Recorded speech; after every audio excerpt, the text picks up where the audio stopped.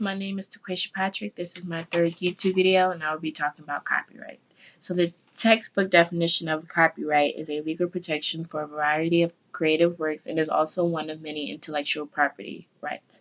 In order for it to be copyrightable, it must be fixed in a tangible medium of expression. The 6 basic rights are reproduction, distribution, derivative works, public performance, public display, public digital performance of a sound recording, and those protections are given to them to protect their works from being copied or used without permission.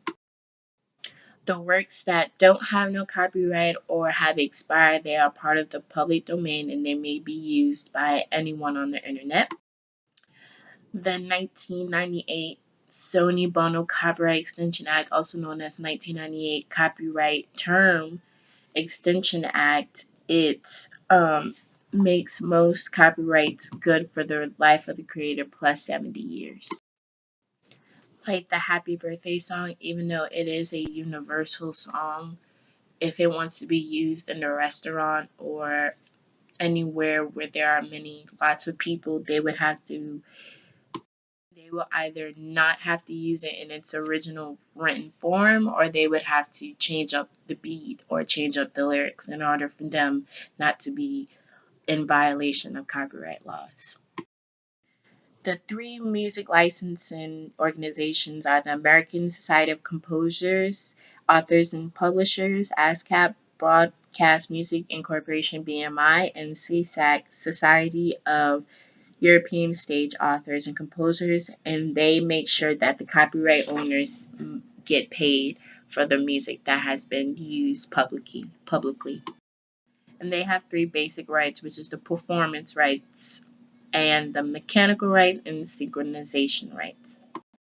A case that dealt with copyright infringement was in 2003 in Eldridge versus Ashcroft.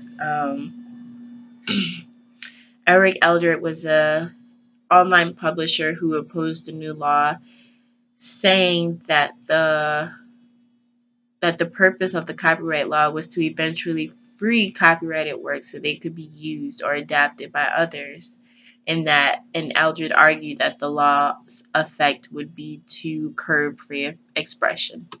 The Supreme Court ruled against Eldredge, and Justice Ruth Bader Ginsburg wrote that the Constitution gave the government wide leeway in dealing with copyrights, and that the copyright law allowed for limited reproduction of copyrighted material and thus did not curb free expression.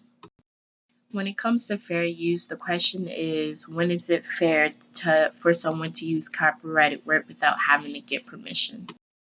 The Fair Use Doctrine was recognized in the 1976 Copyright Act, and it outlined 4 criteria for determining fair use, and those are the nature of the work. Is it in the public domain? Is it out of print or no longer for purchase? The second, the purpose of the use. Is it being used for commercial or non-commercial purposes? 3, the amount of the work used. You want to make sure that you're using small portions of the copyrighted works. And 4, the effect of the use on the value or marketability of the copyrighted work.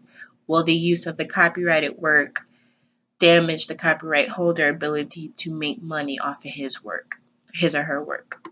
The case that was dealing with fair use is the Sony versus Universal, and Sony was marketing their Betamax VCR, and major companies like Universal and Disney, they sued, saying that the Sony Betamax was contributing to copyright infringement because it was encouraging private citizens to make illegal copies of copyrighted television programming.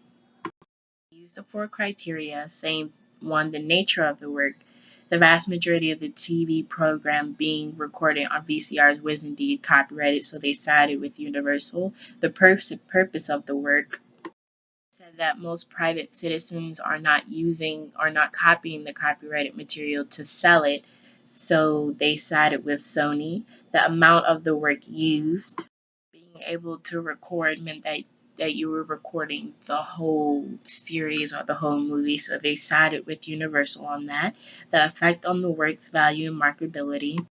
This one worked perfectly with Sony because most of the time when it is home recordings, it would do little damage to the value of the copyrighted material work. It's just the same with sampling and parodies too. So copywriting protects the copyright holder from having its work be used without his or her permission, and in order for you to use copyrighted material, you must align yourself with the four criteria, a part of the 1976 Copyright Act.